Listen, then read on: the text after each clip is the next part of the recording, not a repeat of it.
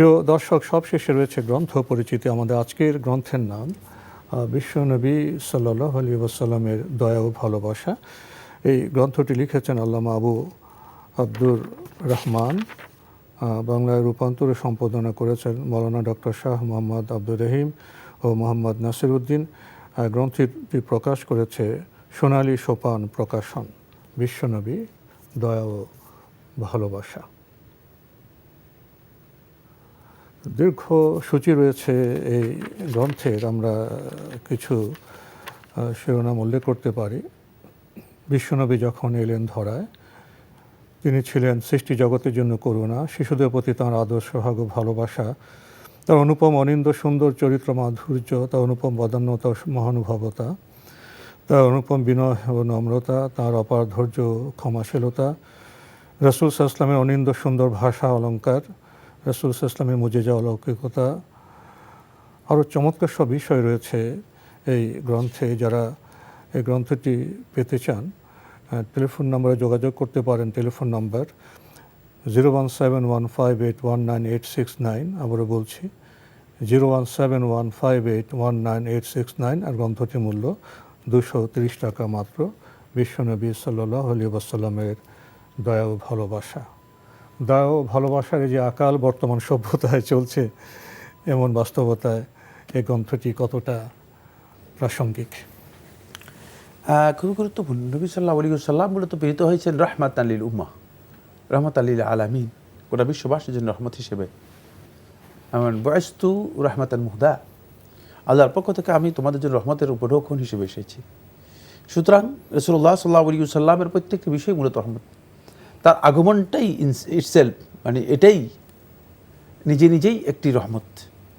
কারণ হলো এর মাধ্যমে বিশ্ববাসী থেকে আল্লাহ সুবহানাহু ওয়া তাআলা মানে আল্লাহ তাআলার যে আযাব, বিশ্ববাসীর জন্য অবধারিত যে আযাব, আল্লাহ রাব্বুল আলামিনের ক্রোধ, যেটা বিশ্ববাসীর বিভিন্ন সময় ধ্বংসের কারণ হয়ে গিয়েছিল, সেটাকে আল্লাহ তাআলা রহিত করে দিয়েছেন।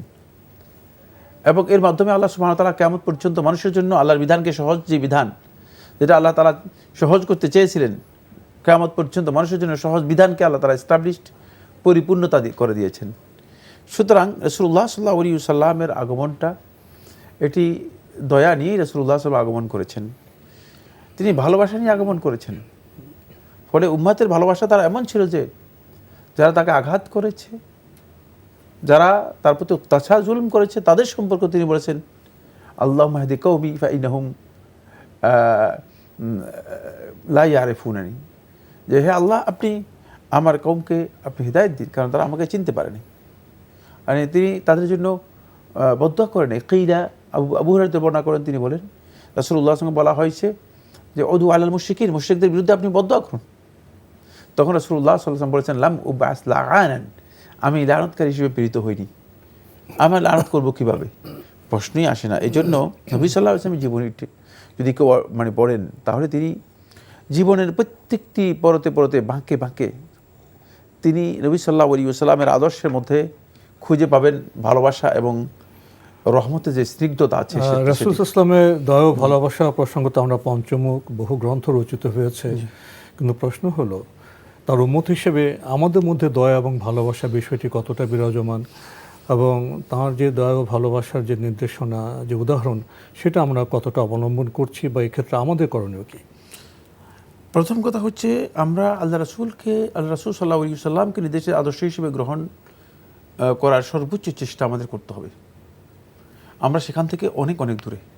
এই কারণেই মূলত রাসূল সাল্লাল্লাহু আলাইহি ওয়াসাল্লাম এর আদর্শের সাথে আমাদের আদর্শের মিল নেই, রাসূল সাল্লাল্লাহু আলাইহি ওয়াসাল্লামের চেতনার সাথে আমাদের চেতনার মিল নেই।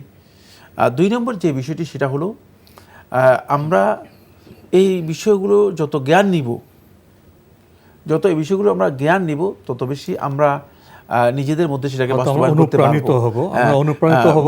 এখন সমস্যা হচ্ছে ওই জায়গায় যে অনেকে জানেই না যে আল্লাহ নবী সাল্লাল্লাহু আলাইহি ওয়াসাল্লামের আসলে উদারতা, ভালোবাসা আর দয়া, এগুলো কোন পর্যায়ের ছিল এবং কেমন ছিল। আপনাকে অনেক ধন্যবাদ। আমাদের আজকে এখানে শেষ করতে হচ্ছে। প্রিয় দর্শক, আসুন আমরা রাসূল সাল্লাল্লাহু আলাইহি ওয়াসাল্লামের দয়া ও ভালোবাসা অনুপ্রাণিত হই। শুধু মুখে বললেও তো হবে না, আমাদের চরিত্রকেও রাসূল সাল্লাল্লাহু আলাইহি ওয়াসাল্লামকে ধারণ করতে হবে, তাহলেই তো আমরা প্রকৃত উম্মত হব। দেখা হবে ইনশাআল্লাহ আগামী জুমাবার একই সময়ে। মহান আল্লাহ আমাদের সবাইকে নিরাপদে রাখুন, রাখুন শান্তিতে। আসসালামু আলাইকুম। আল্লাহ আমার রব, এই রবি আমার সব, দামে দামে তন মনে তারি অনুভব। আল্লাহ আমার রব, এই রবি আমার সব, দামে